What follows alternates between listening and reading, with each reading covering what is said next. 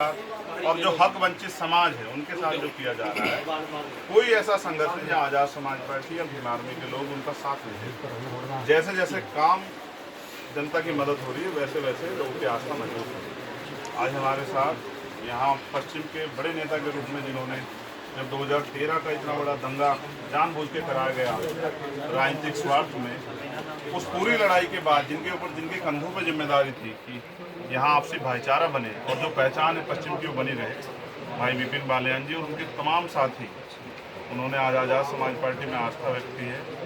और मुझे पूरा विश्वास है कि जैसे उनके जैसे सम्मानित मजबूत नेता हमारी पार्टी जुड़ेंगे, ऐसे ऐसे पार्टी पश्चिम में और मजबूत होती जाएगी। शेखर भाई, लोकसभा चुनाव आने वाले हैं, क्या भूमिका रहेगी? लोकसभा चुनाव से पहले 2023 के विधानसभा चुनाव हैं 5 स्टेट, और मैं अभी तेलंगाना से लौटा हूँ। हमारा लगातार प्रयास ये चल रहा है कि जो 2023 के विधानसभा चुनाव हैं उनमें आज़ाद समाज पार्टी अच्छा प्रदर्शन करे। जैसा हमारा मजबूत संगठन यहाँ पर है, ऐसा ही हमारा मजबूत संगठन राजस्थान, मध्य प्रदेश, तेलंगाना, छत्तीसगढ़ और मिजोरम में भी है। तो अभी 2023 पे हमारी पार्टी और हमारे सामान्य नेतागण ज़्यादा काम कर रहे हैं।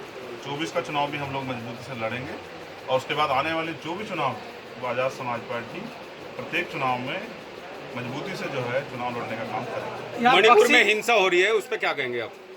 ये देश का, क्योंकि मैं भाग्य दुर्भाग्य में भरोसा नहीं रखता, लेकिन फिर भी मैं कहूँगा कि खोदा पहाड़ और निकला चूहा।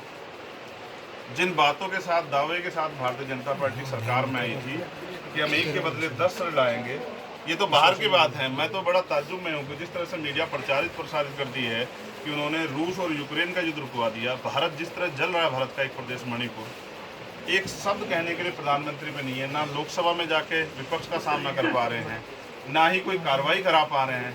भारतीय जनता पार्टी की एक ही नीति है कि उनको चुनाव लड़ना है। बहन बेटियों के सम्मान के लिए ये पश्चिम है, पूरा देश ही हमेशा से खड़ा रहा। हमारी सभ्यता और पहचान है कि यहाँ देवियों की तरह बहन बेटियों की पूजा होती है, उनका सम्मान होता है, उनके सम्मान में तमाम तरह के बलिदान दिए जाते हैं। भारत का एक गौरवशाली इतिहास है। लेकिन बुरा ये है कि आज की सरकारों को बहन बेटियों के सम्मान से कोई मतलब नहीं है। आपने देखा किस तरह से महिला पहलवानों का अपमान हुआ, तब भी सरकार के लोग चुप थे। किस तरह से उत्तर प्रदेश में हाथरस का अपमान हुआ, उस पर भी सरकार के लोग चुप थे। किस तरह से दिल्ली का अपमान हुआ, उस पर भी सरकार के लोग चुप थे। जब भी बीजेपी के लोग या उनसे जुड़े हुए लोग अपराध में शामिल होते हैं या उनके द्वारा कानून का जो है मजाक उड़ा जाता है, हमेशा बीजेपी के लोग चुप होते हैं। ये चरित्र जनता देख रही है और जनता आज अपने आप को ठगा हुआ महसूस कर रही है। जिनको हमने ये सोचा था कि रक्षा करेंगे, ये उनके लोग ही आज जो हैं गरीबों की जान देने पर तुल गए हैं, प्रदेश जल रहे हैं, वो अपनी शक्ति का प्रयोग नहीं कर रहे। इसका मतलब वो मणिपुर छोड़ो, किसी भी प्रदेश में किसी बहन बेटी को न्याय नहीं दिला पाएंगे, ऐसा महसूस होगा। विपक्ष के दलों की ओर से आपने सपा और रालोद का गठबंधन था, लेकिन उन दोनों में आपस में इस बार तालमेल नहीं मिल रही है, क्या कहेंगे इसमें? कहीं ना कहीं गठबंधन टूट रहा है 2024 को लेकर। हाँ, दोनों पार्टी में से किसी पार्टी के कार्यकर्ता नेता नहीं है। आपको क्या पता है कि टूट रहा है, जुड़ रहा है? क्योंकि जिस तरह भाई मुझे, मेरे दोनों साथी हैं, मुझे अभी तक किसने नहीं बताया कि टूट रहा है, जुड़ रहा है।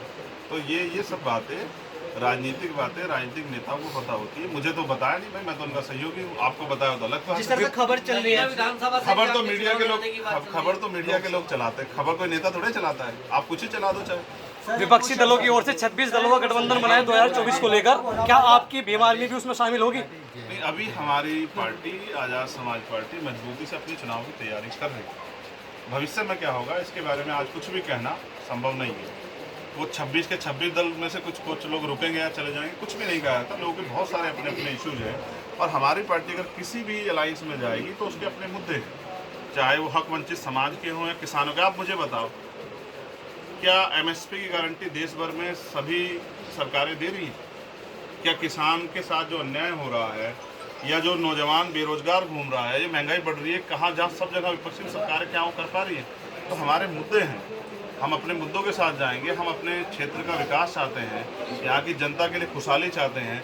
उन तमाम मुद्दों पर जिससे भी बात होगी उनके साथ जो है पार्टी अलायंस के बारे में सोचेगी। चंद्रशेखर जी, मुजफ्फरनगर में योगी जी के कार्यक्रम तो सत्येंद्र देव जी आए थे, जहाँ उन्होंने 3 जातियों पर टिप्पणी किया है, त्यागी समाज और कच्चा समाज और सैन्य समाज को लेकर। उनकी लड़कियों को पहले उठा के ले जाए, तो इस पर क्या कहना है? उसके लेकर राजनीति भी काफी होती है। देखो, मैं फिर आपसे यही कहूँगा कि बीजेपी के नेता अपने मन से कुछ नहीं बोलते, उनसे बुलवाया जाता है।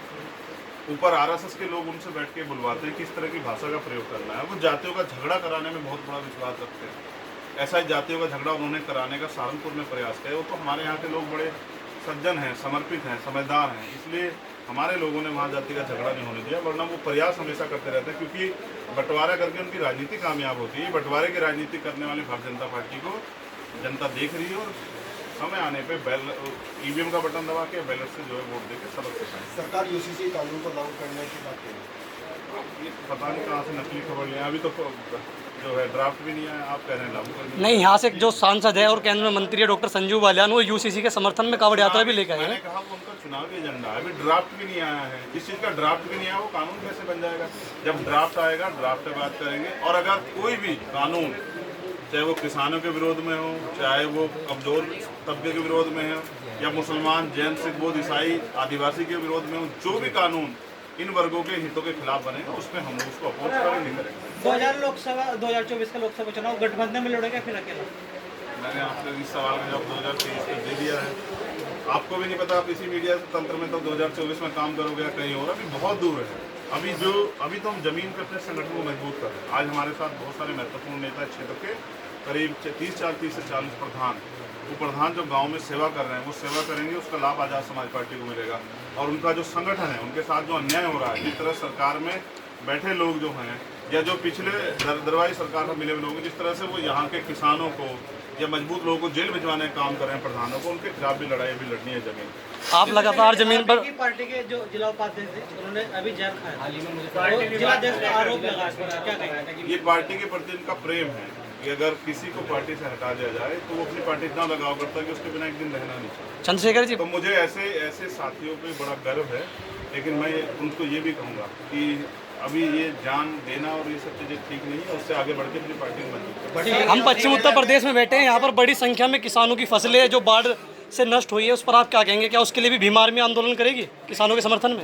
मैं कह रहा हूँ हम तो आंदोलन कर ही रहे हैं, लेकिन क्या आप निकम्मी सरकार से पूछोगे उत्तर प्रदेश की कि वो किसानों की फसल पे क्या मुआवजा देगी या 2 रुपये 10 रुपये मुआवजा दिखाएगी? किसान को उसकी फसल के दाम तो दे दो। मैं फिर कह रहा हूँ, भारत में किसानी एक ऐसा पेशा है जिसमें मेहनत किसान की होती है और फसल के दाम सरकार तय करती है। इसलिए हम लोग MSP गारंटी के लिए लंबे समय से मांग कर रहे हैं। और फिर मैं कहूँ कि जो किसानों की इतने बड़े पैमाने पर कर्ज के लिए सुसाइड करना पड़ा किसानों को, 700 किसानों ने किसान आंदोलन के बाद जान दी थी। जब वो उनके साथ हुए इस अन्याय पे साधुओं पे नहीं बोले, वो मुझे नहीं लगता किसानों को भला कर। आपके बढ़ते वोटर्स को देखते हुए मायावती जी दिल्ली में डेरा डाले हुए हैं कुछ ऐसा? ये आपको पता होगा, मुझे मेरी बात ठीक नहीं है। सर, ये अम्बेडकर वाद क्या भाजपा को हरा पाएगा, इसके बारे में बताइए। यही एक वाद हरा सकता है, ये भाईचारे का वाद है, और जब भाईचारा हो जाएगा तो भाजपा हारेगी। धन्यवाद।